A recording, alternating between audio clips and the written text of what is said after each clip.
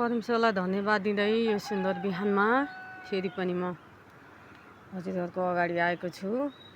मैले चाहिँ dragon fruit यो चाहिँ बियर नै छ र स्ट्रबेरीहरू मैले अघिल्लो भिडियोहरूमा नि स्ट्रबेरीहरू तपाईँहरूको अगाडि ल्याएको छु। यो चाहिँ सुकेको थियो, अहिले यस्तो हराभरा बनाउनु भएको छ।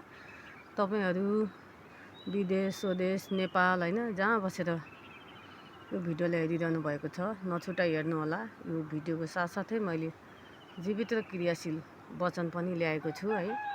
परमेश्वरलाई एकदम महिमा भएको होस्। यो वचन चाहिँ धर्मशास्त्र बाइबल एशिया 45 को 22 देखि 24सम्म लेखिएको छ।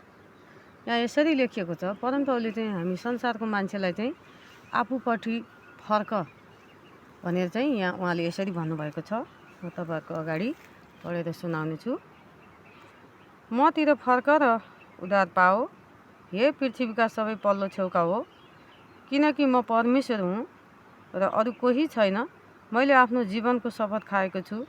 सारा इमान्दारीमा मेरो मुखबाट एउटा वचन उच्चारण गरिएको छ जो फिर्ता लिने छैन। आमेन। हरेक घोडा मेरै अघि टेकिनुपर्छ, हरेक जिब्रोले मेरै नाउँ लिएर शपथ खानेछ।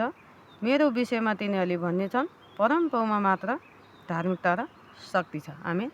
भनिरहेका छौँ त हामीले, उहाँमा विश्वास गर्ने हरेकले परमप्रभुमा मात्रै उद्धार, धार्मिकता, शक्ति, चङ्गाई, छुटकारा छ भनेर हामी प्रत्येक विश्वास गर्नेहरूले भनिरहेका छौँ। तपाईँ विश्वास गर्न बाँकी भएकाहरूलाई पनि यो वचनले भन्दैछ, धार्मिकता र शक्ति चाहिँ उहाँमा मात्रै छ र उहाँपट्टि फर्कनुहोस् र उद्धार पाउनुहोस्। आमेन।